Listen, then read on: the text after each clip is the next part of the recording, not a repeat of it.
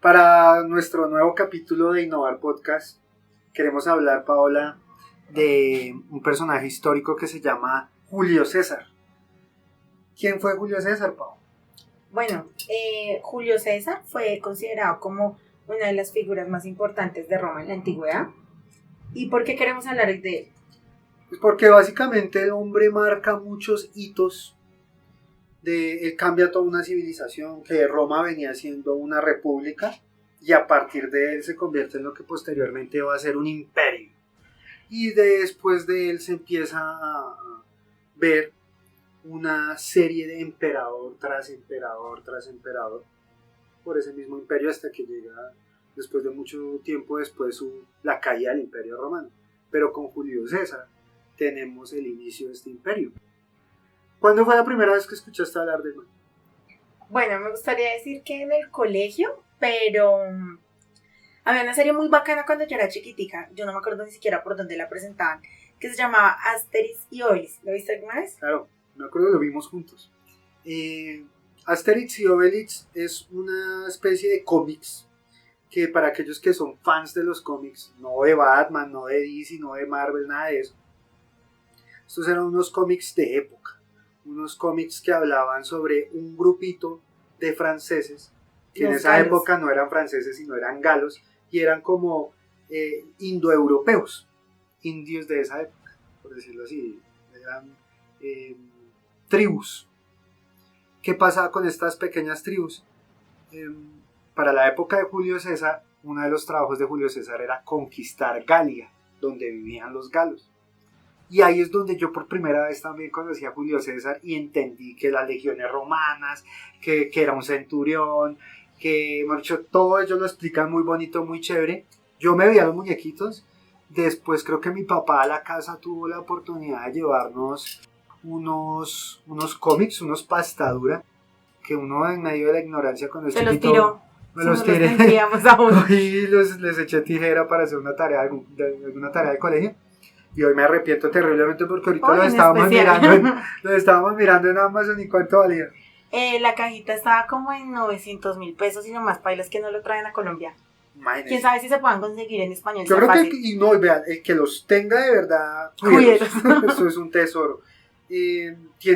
Tuvo live action y tuvo... Live action malísimo, me pareció, no me gustó. No me gustó, pero a mí me encantaban. Además de los cómics, serie. Me gustaba la serie animada, que la veíamos por Perubólica. Sí, señor. Ahí mostraban a Julio César, pues obviamente como era la representación de los galos, no era que le dijeran muy buen nombre a Julio César. Entonces, por ejemplo, me acuerdo resto que en la serie se mostraba los 12 trabajos que tenía que pasar Julio César, que si no estoy mal es como la réplica de los 12 trabajos de Hércules. Algo así. Es que si ustedes se dan cuenta, esta conversación deja entrever mucho que ya estamos viejos. Porque esos cómics ya son antiguos. Yo la vi bien chiquitica. Bueno, el caso es que esa fue la primera aproximación que tal vez juntos tuvimos de Julio César. Este man está rico en anécdotas, rico en historias bacanas. Historias, en frases célebres. Una frase muy célebre que siempre que pienso en Julio César es Vini, Vidi, Vinci. Vine, vi y vencí. El hombre tiene otra que es Divide y vencerás. Divide y vencerás. La suerte está echada, que el man pues obviamente lo dijo en latín. Bueno, entre muchas. Digamos, bueno, ¿por qué hablar de Julio César? Porque queremos, aparte de que nos gusta y desde chiquitos, ¿qué te hace así decir como admiro a Julio César? Pues tanto como admirarlo, me parece que es interesante. Es un personaje muy interesante que vivió, que gracias a él, su época se conmovió, se movió, se transformó mucho. Gracias a él, como les decía ahorita, empezó el imperio. Hizo una carrera política en la que formó algo que por primera vez se daba en la historia, que se llamó el triunvirato. ¿Sabes qué es el triunvirato? El triunvirato fue que, bueno, el hombre empieza su campaña política primero pues en puestos pequeños, ¿no? Entonces estaba como de edil, fue precónsul, sí, ya habían ediles. Sí, eso me pareció curioso. Es que la democracia que nosotros vivimos es de ya ellos, viene de allá. De allá.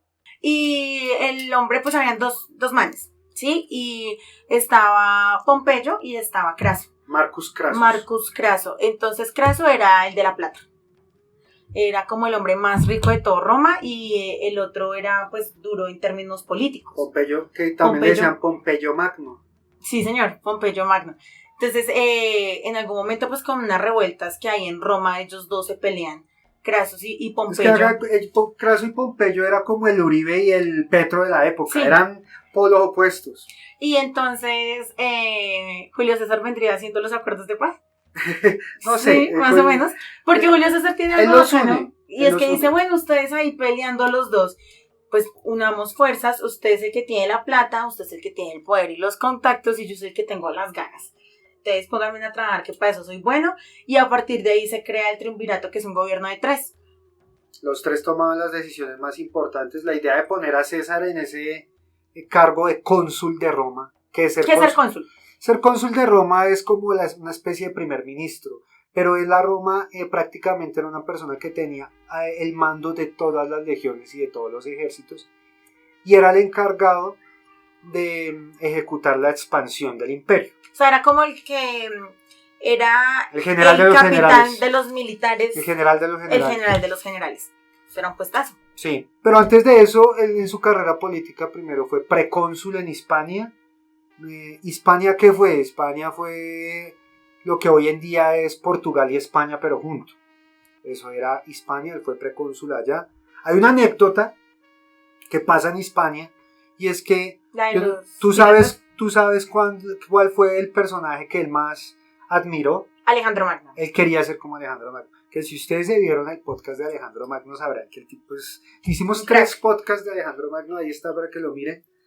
El man llega a la estatua y se pone a llorar. A los 32 años llega coyunturalmente, cuenta la historia, a la estatua donde se suponía que estaba la tumba de Alejandro Magno, y después él supo que eso solamente era una estatua. Y se puso a llorar amargamente porque a sus 32 años Alejandro Magno ya había conquistado a todo el mundo. Hasta para vender. Y él a esa edad no había hecho un carajo. Pues él era precónsul, pero para él eso no era mayor cosa al lado de Alejandro Magno. Y la verdad es que yo no conozco y me corrigen si hay algún personaje que se le más teso que Alejandro Magno. Hay unos muy tesos, pero más que él, yo no. Es mi personaje favorito de la historia. De hecho, si no miran la historia, todos los duros, Napoleón, Julio César, todos ellos dicen, me le quito el sombrero a Alejandro Magno. Todos querían ser como él. Exacto, son como él es un ejemplo a seguir. Para la guerra, para la estrategia militar, para todo lo que se hace en cuanto a conquistar. Política. Todo eso, él era referente. Y evidentemente también fue referente para nuestro personaje del día de hoy, Julio César. ¿Cómo era Julio César? Bueno, yo tengo una anécdota para más o menos uno decir cómo era el man. Y es que como mujer me genera mucha ruido, sí, me genera ruido. Es que el man se casa joven, siempre fue bien mujeriego. Y bueno, hay chismecitos de que tenía su maricada por ahí. Oh. Sí, yo escuché un chisme la reina de Bitinia. Que le decían que él era la reina de Bitinia. ¿Qué es esta historia? Me le metí en la anécdota suya ahí, pero esta anécdota es que supuestamente él tuvo un amorío con un muchacho. Se llamaba como Nemo con Bitinia. Y el chino vivía en un sitio que llamaba Bitinia. Y a él, sus enemigos políticos empezaron a decir que César era bicurioso, heterocurioso, y que le decían la reina de Bitinia. Y pues esto es chisme, esto no es histórico, esto no lo dice ni Plutarco, ni lo dice Adriano, ni nada de eso. Pero cuentan las malas lenguas que a él le pusieron ese sobrenombre para joderlo, y él tuvo que ir al Senado presuntamente a jurar que él no se volteaba las chupas. Ay, ajá. Como fue al Senado a hacer otra cosa. Imagínense que el man se va como todos estos hombres que dejan a sus mujeres solas. Porque se van se cansó de esperar. Sí, así literal. Y pues no falta el gusano. En Colombia el gusano es el que le cae a la mujer comprometida. A la mujer de otra persona. A la mujer de otra persona. Entonces, bueno, el man por allá peleando y él se casa a los 15 años. Con una niña que se llama Cornelia. Cornelio era él. Y el Cornelio presuntamente era él. Entonces, pues en esa época no era que solo viviera él con su esposa, sino vivía con la suegra, con las hermanas, bueno, la familia, rejuntaditos. Pues a los 15 años, ¿quién va a irse a vivir con la esposa? Y ¿cierto? eso que él era un man pupi, era gomelo, tenía plata, la familia Venía era de como una plata. familia que el abuelo también había sido cónsul. Y le empieza a caer un man y cuando llegan, pues como siempre pasa en los barrios, oiga, como que El su chisme. mujer le está cayendo tan mal y como que le pusieron los cachos, esto y lo otro. Entonces él no fue a preguntarle a la esposa como, ay, venga, ¿verdad que me puso los cachos? No, el man de una vez se fue para el Senado y dijo, quiero que ustedes me den la autorización de separarme. ¿Por Como un qué? divorcio. Como un divorcio. ¿Por qué?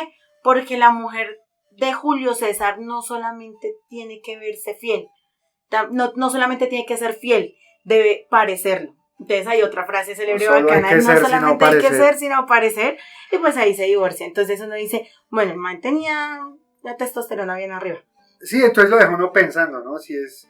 Porque él tuvo amoríos con... Más adelante vamos a hablar de eso, con nada más ni nada menos que con Cleopatra, supuestamente la sex symbol de la época. Y tuvo como 3, 4 mujeres, ¿no? Dice que se casó 3 veces, pero por ejemplo, hay una historia muy bacana, y es que, bueno, más adelante lo vamos a ver, él apadrinó a un peladito que se llamaba Bruto, Sí. y supuestamente el chismerío era de que que Bruto era hijo de él. No, él era como sobrino Pero- o hijo adoptivo. Pero, entonces, ¿por qué se dice? Pues, digamos que la historia dice, no, pues no puede haber sido el hijo porque cuando nace Bruto, Julio No, no César era solo hijo de tenía él. 15. No era hijo de él. Pero bueno, pues sí tuvo varios amoríos y hay algo muy bacano que esa historia, y yo digo, yo me lo imagino cayéndole a una nena de la siguiente forma. El man decía que, ¿se acuerdan que Alejandro Magno supuestamente también era un semidios y toda la vaina? Pues Julio César, no sé si en medio de copia o realmente, decía, no, es que yo soy descendiente de Venus, la diosa del amor. Que eres como la Afrodita romana. Como la Afrodita romana, y pues yo creo que eso también permeó la personalidad de él, de ser un enamoradizo. Era romántico. Era un romántico bicurioso. No, mentiras, no, solo romántico. No, yo le doy el voto de confianza de que pronto era chisme de la oposición. Porque ¿cómo es que se llama este man que también sale en la serie de Asterix y Obelix? El que parece un Thor, que lo dibujan así súper grande, modo también ahí habían echado... Vercingetorix. Vercingetorix también habían dicho que a él también le habían dicho que supuestamente se había metido con el man. No, si eran enemigos. Por eso, pero ¿eran enemigos? No, Claro. No fue chisme. Sí, pero no había chisme de que supuestamente habían tenido como cuento. Pues es que, vuelvo y le digo, eso es política, Sí, en es medio política. de todo. No es que yo sea un defensor de César, ni más faltaba, que yo lo admire, no. Nah. Y yo no pueda concebir la idea. No, mentiras. Pero no, la verdad, lo de Vercingetorix no me consta, y mucho menos lo de que sea la reina de Bitinia. Pero lo que sí sabemos es lo verídico, y es que el tipo tuvo hijos, hijas. Por ejemplo, tuvo uno con Cleopatra que se llamó Cesarión. Que era como decir, con César chiquito, pues era como la forma. Como Cesarín. Cesarín. Ay, tengo un dato curioso. ¿Se sabe por qué César se llama César? Porque antes todo el mundo se llamaba igual, todas las vidas se llamaban Julia, todas las madres se llamaban Pompeyo, Vaya, no encuentro fallas en su lógica. Bueno, sí, él pertenecía como una dinastía que eran los Julios. Pero el nombre de César se da, esto también es chisme, pero se da porque él nació no nació de parto natural, sino de cesárea. Entonces la mamá le puso César. Y César, en ese latín, era como cortado. César traduce cortado. Y no era natural que una mujer en esa época porque decirle mal nacido sonaba como muy maluco, ¿cierto? No, mal parido. Pero digamos que no era natural que una mujer sufriera una cesárea y pudiera dar a luz al niño y ella sobreviviera.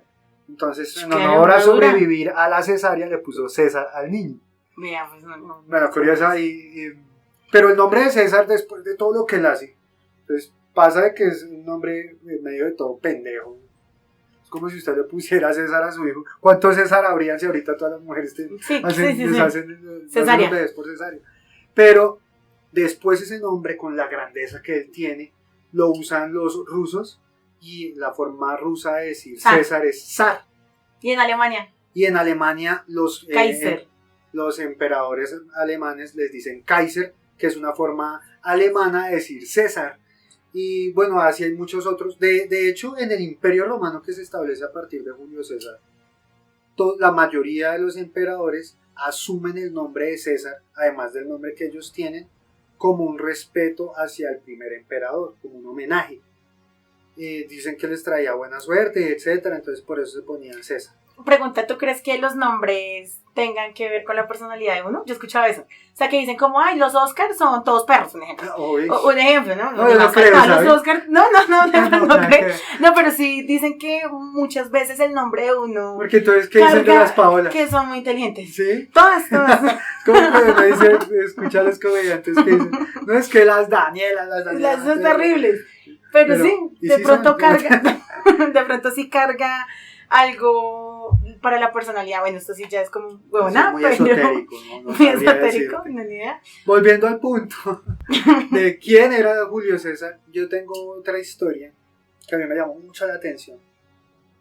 Y no fue cuando ya él era grande, sino al principio, cuando era un sardino como de 20, por mucho 22 años. Además lo secuestran unos piratas. Los piratas. Y en este secuestro los piratas piden un rescate, no recuerdo bien, digamos que piden 20 monedas de oro.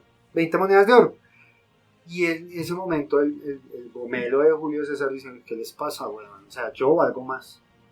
Por mí van a pedir más plata. Entonces, o sea, a mí no me van a venir a rescatar con 20 monedas culas de oro. A mí me van a pedir mínimo 50 monedas, que era una super fortuna en la época, según entiendo. Casos que mandan por la plata y uno diría, durante ese tiempo, pues que lo tienen a uno secuestrado, prisionero en un barco con unos piratas, dirán que está comiendo shit y que está mal y que está... Que está por ahí encerradito. No, el tipo dice que, cuenta Plutarco, que el tipo se puso a leer, a darles discursos, a echarles cuentos, a reírse con ellos y parchaditos como es. con los demonios. Cuando ellos no reían o no entendían los discursos que él daba, decían que los piratas eran unos estúpidos, que eran unos pendejos, que no tenían brutos, cultura, etc. Y ellos pues como que se lo aguantaban entre chiste y chanza. Y una de las advertencias que él les decía en medio de la humillación que les daba a sus opresores, a los que lo tenían en cautiverio, era: cuando me liberen, yo voy a venir a matarlos a todos y cada uno. Decían, culicagao gomelito, que va a venir a hacer nada por nosotros. Cuando llega con la plata, o efectivamente lo liberan, y el tipo lo primero que hace es ir a coger más plata, a reunir como un pequeño ejército, una flota de barcos, se va y busca a los piratas donde ellos estaban, los vence, los crucifica y les queda con toda la plata que ellos habían recogido, más la que ya le habían quitado a él. Entonces, de entrada, como a los 22 años, él ya le está diciendo a la gente, a Julio César lo respetan. Entonces, haciendo mucha alusión con lo que hizo, es que la mujer de Julio César no solamente tiene que ser, sino parecer. Entonces, ahí uno se va dando cuenta para dónde va el agua al molino. Que tiene carácter, por lo menos, que es un hombre con carácter. Hay una historia que a mí me parece bacana de Julio César, y es cómo empieza él a sonar ante el pueblo. Y es que el man era el propio populista. ¿Sí? Entonces digamos que eso influye después porque mucha gente lo quiere matar, como siempre en todas las guerras había un man que se llamaba Sila y llega Julio César, que era el que mandaba en esa época, y Sila dice como este mancito está sonando mucho, que en todo barrio, en todo pueblo se escuchan las ideas de él y a mí eso no me funciona. Entonces haga cuenta que yo soy Sila y le digo, bueno, tengo que vaya y me haga el favor y me mate a este man. Entonces se dice, no, pero es que chinito, se ve como hasta buena gente. Bueno, listo, jefe, tranquilo que yo voy y lo hago. Y coge a Julio César y le dice, me mandaron a matarlo, pero usted se tiene que volar de acá porque yo no lo quiero matar. Entonces Julio César dice, bueno, listo, va y se exilia en Asia, y ahí cuando vuelve es que conoce a Pompeyo y a Marcos Craso, que eso me parece también que fue muy de buenas, y es como que a veces la suerte le sonríe a los valientes. Sí, muy bien, Alejandro. Bueno, algo que a mí me llama la atención de Julio César es que desde pequeño el hombre fue muy, ¿cómo se dice? Metrosexual.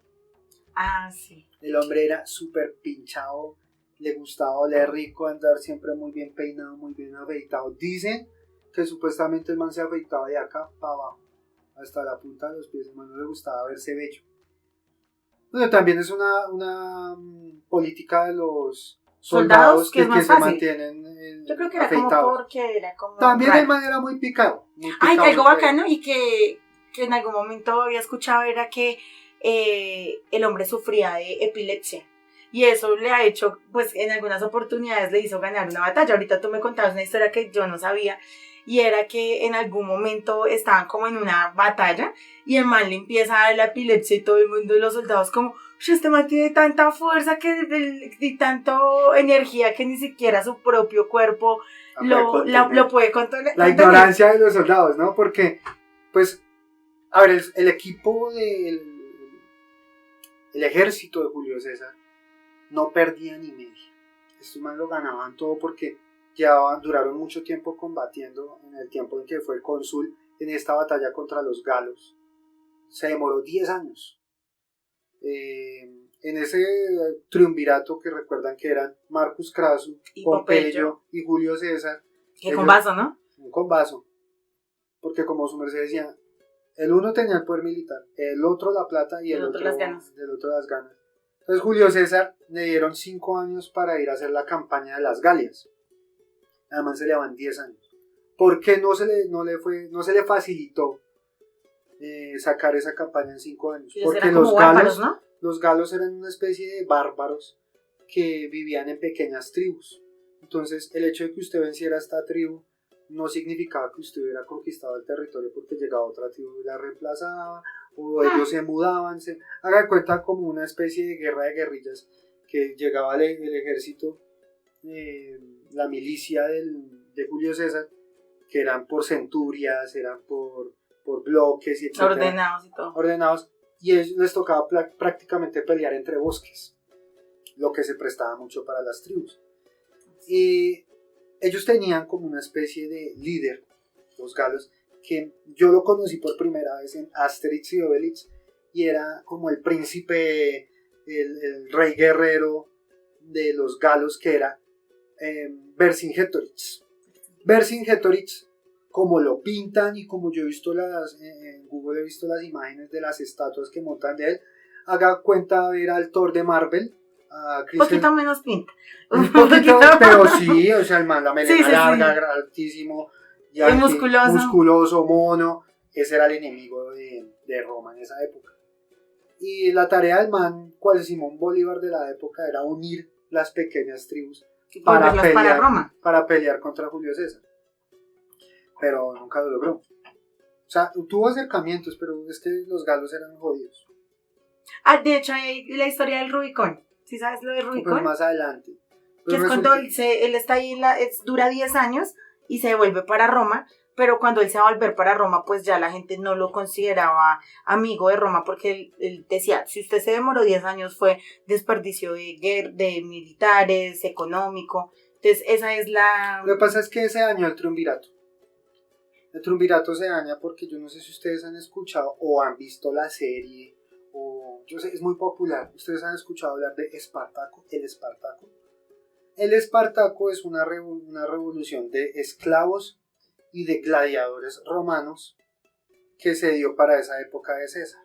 Pero César estaba en la Galia y Pompeyo estaba, no me acuerdo dónde estaba Pompeyo, en otras cruzadas, porque es que eso era una vastedad gigante.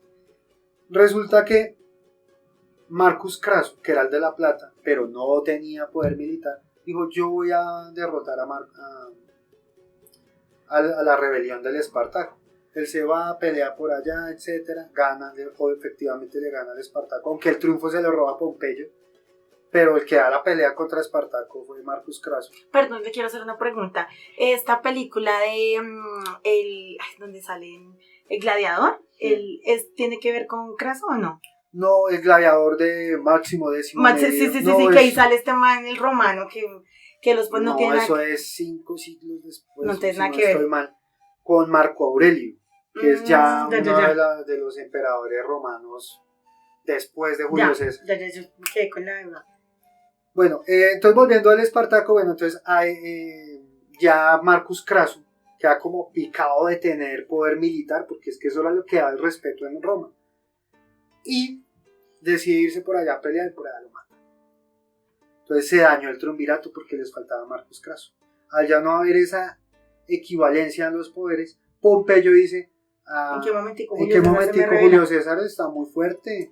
Julio César no ha vuelto a perder una batalla hace cuánto tiempo, ya las Galias las tiene a pico. Aunque les dimos 5 años, lleva 10, esa va a ser la excusa para que yo me vaya al Senado y hable mal de César. Y el Senado, que eran un poco de ricachos, decían, no, este man ya está cogiendo mucho vuelo, vamos a joder a Julio César. Entonces le dan la orden desde Roma a Julio César de no volver. Como él siendo cónsul, por más de que fuera cónsul, no se mandaba solo porque ahí todavía era una república.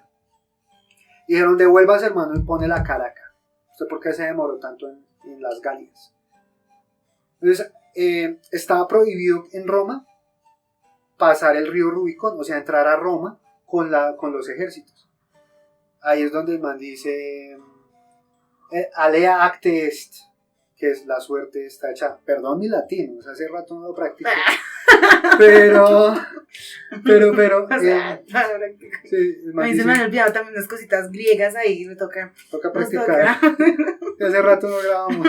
Entonces, el hecho de que él atraviese el Rubicón es un desafío. Es un desafío a Roma, que ellos jamás pensaron que fuera a tener el valor, pero es que el man se le mete con el ejército. Y como yo les decía, el ejército de Roma tenía varios flancos de ejército. Uno los tenía Pompeyo, otros los tenía Marcus Craso, pero el ejército duro era el conquistador, el ejército el que se iba conquistador ya a traer cosas a Roma. de Julio César, y se les metió a Roma. ¿Qué le tocó hacer a Pompeyo? Perderse. ¿Y para dónde agarra? Para Egipto.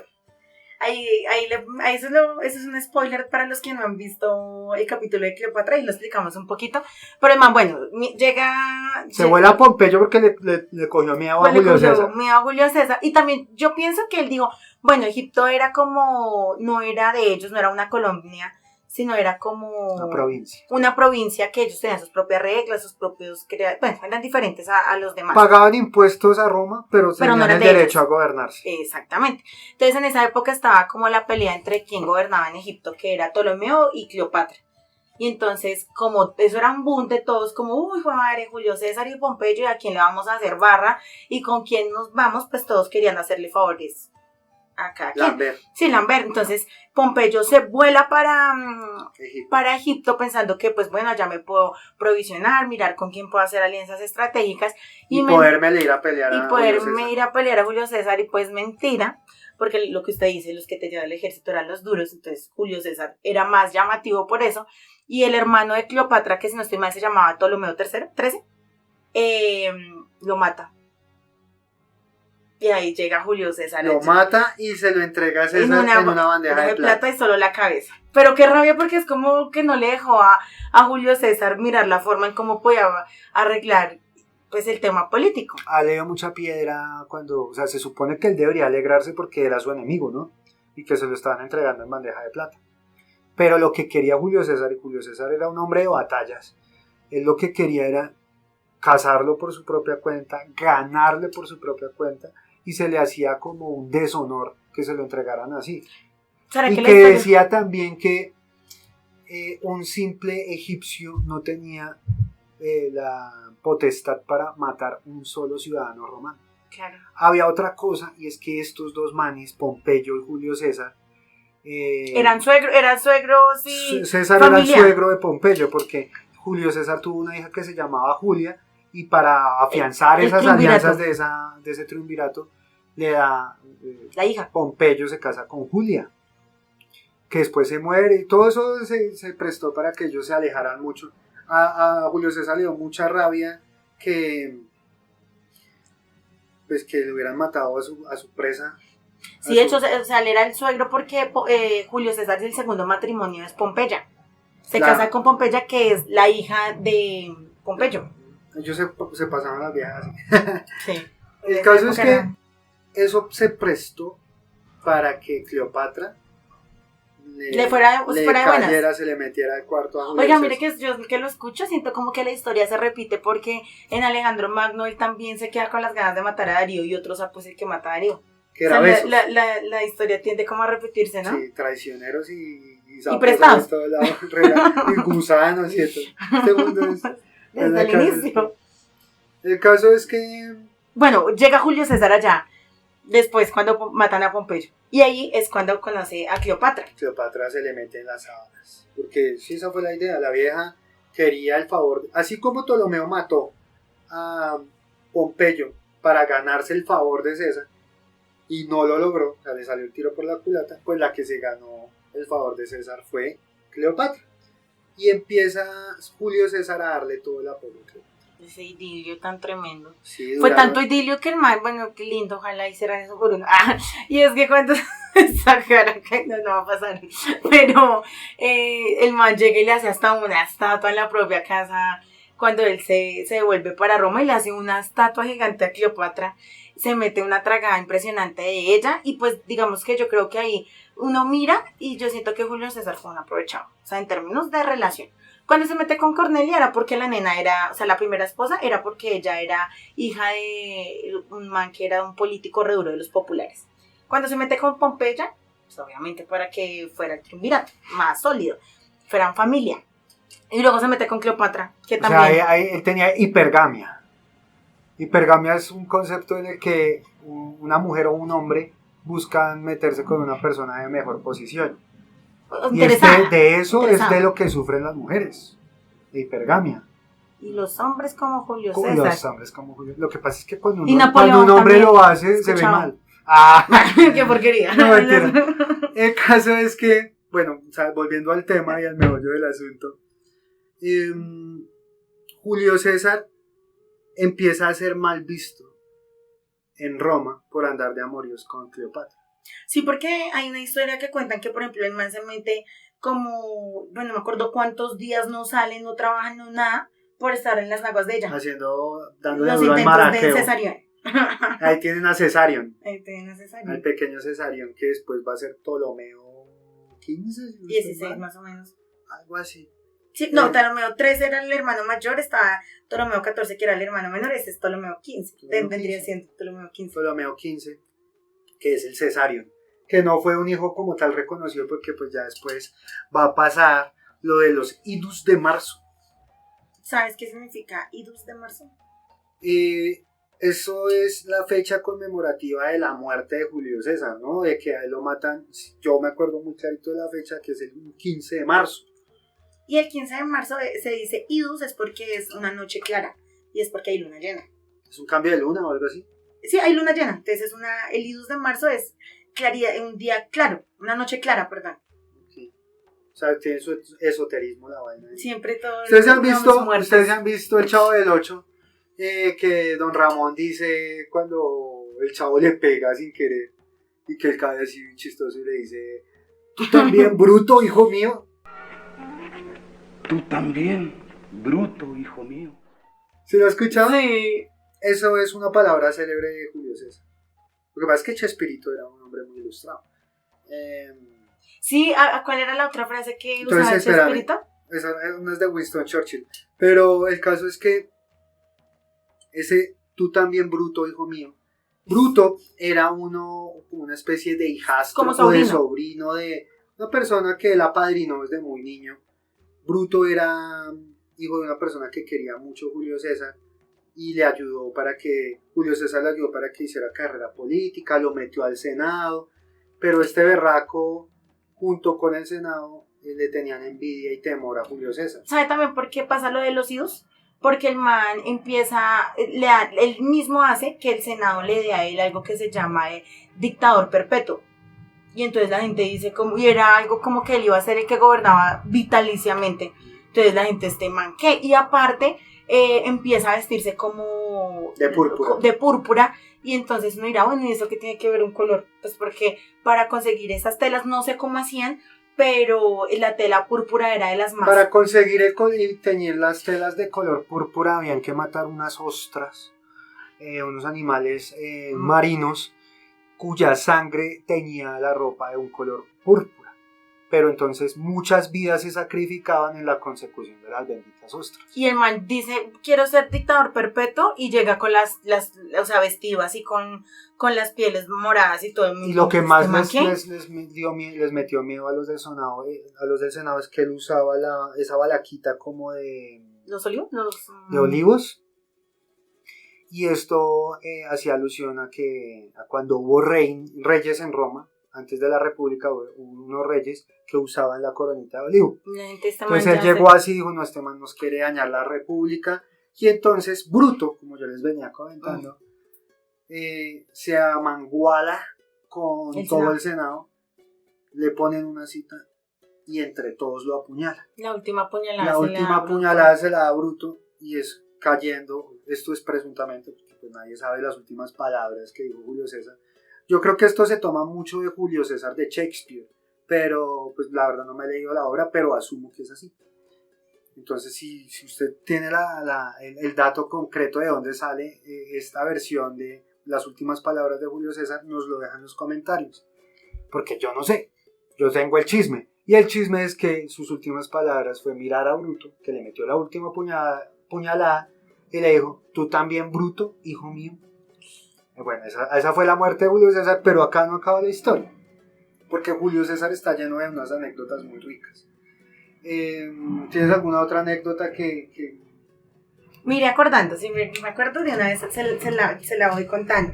Pero hay una que es importante y es que yo me doy cuenta que el man como que le gusta padrinar personas y cuando él se muere, él tenía padrinado a Octavio, que va a ser considerado como el primer emperador del imperio, porque el hombre hace todo esto de llevar riquezas a Roma. ¿Quién era Octavio? Era el sobrino el presunto sobrino de Julio César y es el primer emperador romano.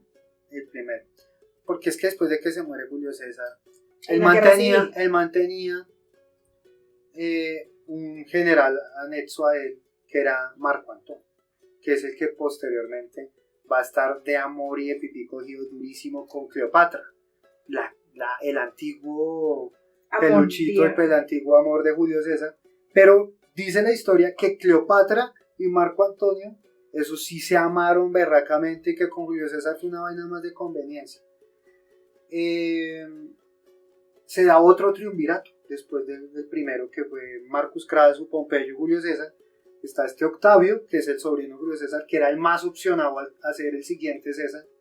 El otro fue con Marco Antonio y otro tipo que tenía mucha influencia política, el nombre no me lo sé ahorita, creo que no es relevante si no me acuerdo. Pero ahí se crea otro triunvirato.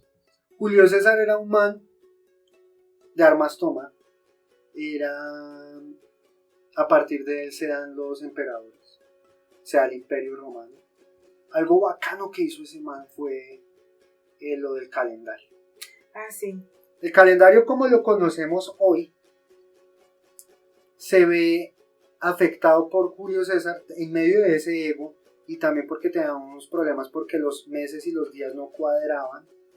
Entonces él mete otro mes que se llama Julio, y ese mes de julio es en honor a Julio César. No es el oficial que manejamos hoy en día, porque este es el gregoriano, pero este es el instaura algo anterior a ese calendario, que es el calendario juliano, que es donde se agrega el mes de julio. Y vea lo que el man, otra cosita donde el man repercute. Va a tener perdurabilidad su nombre hasta que se cambie, que yo creo que ya no se cambiará, porque ha funcionado, pues no tendría sentido. O sea, como te digo, no es el oficial, es el gregoriano, que ya lo cogió un papa y le puso otras cositas, pero se mantiene el mes julio. El mes julio viene por Julio César. Julio César. Sí, algo que usted, yo creo que como para ir dando un cierre, ¿cuál cree usted que es la enseñanza más pro que le deje Julio César para su vida común, para su vida diaria? Pues mire, primero que el que persevera alcanza. El tipo, a ver quién se va a pelear 10 años. Y dura peleando 10 años en las Galias, y hasta que logra anexar la Galia a Roma. Y eso es un man muy duro. Otra cosa es la estrategia política. La estrategia. Cómo es de importante como esa telaraña social, ¿no? Porque ahí sí lo que decíamos en otro vaina que estábamos haciendo juntos, uno es el resultado de las 5 personas con las que se rodea. Y él no iba a ser el marido de doña Martica, de la hija de cualquier vecina. No, sino de la gente que lo iba sin querer posicionando a lo que es llegar a ser el dictador perpetuo. Sí, no, el tipo era muy duro, un crack. No como las personas que se meten pues con el más malo y el más, eso no ayuda para nada. De manera astuto, era sagaz, le gustaba estudiar las artes oratorias, le gustaba dar buenos discursos. Sabía latín, sabía griego, Sí. Y yo porque creo que ahí esas tuvo frases- feeling con Cleopatra, porque es que Cleopatra sabía 7 Era idiomas. políglota. Entonces ahí, pues yo me imagino que las charlas eran Una sabrosísimas. pura sapiofilia ahí. Claro. Sapiofilia, para los que no saben qué es. Es la atracción sexual por personas inteligentes. Entonces, para todos nuestros sapiofílicos, que ver el Sapiofílicos. sapiofilio sería más bien. Esto fue Julio César. Espero que les haya gustado este capítulo, esta persona que vale mucho la pena estudiar. Se nos escaparán muchas cosas, pero queríamos que fuera más un anecdotario de él. Muchas gracias por vernos. Si llegó hasta acá, dele like y suscríbase. Y también si usted tiene el datico curioso o el chismecito histórico y que nos lo quiera hacer saber, genial escucharlo. Ustedes también aprendemos un montón y esperamos realmente que haya sido pues muy rica la conversación. Nada, muchachos, síganos en nuestras redes sociales, campanita para que sigan viendo todos nuestros episodios y muchas gracias por escucharnos.